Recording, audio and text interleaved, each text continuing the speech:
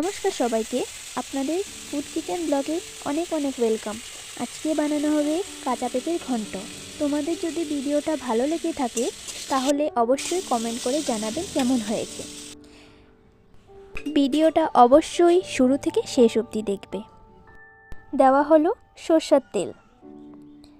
তেল গরম হয়ে যাবার পর দিতে হবে এলাচি, গোটা জিরে, তেজপাতা দিয়ে ভালো করে নাড়াচাড়া করবার পর দিতে হবে কাঁচা পেঁপে।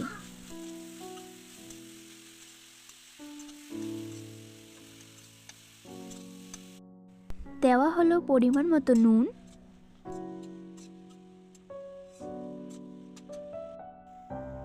দেওয়া হলো কাঁচা লঙ্কা বাটা,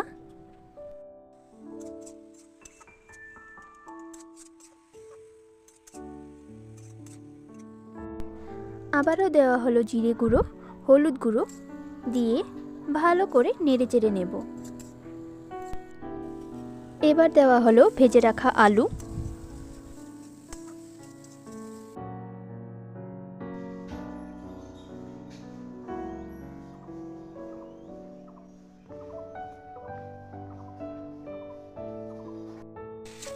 কিছুক্ষণ নাড়াচাড়া করবার পর দিয়ে দেব কুচনো টমেটো।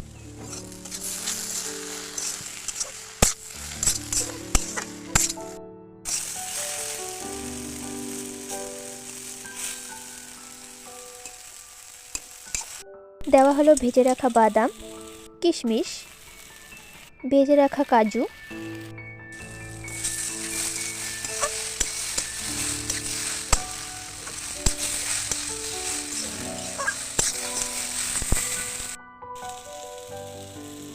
শেষে পরিমাণ মতো ঘি ও গরম মশলা গুঁড়ো ছড়িয়ে নিলেই তৈরি পেঁপের ঘন্ট।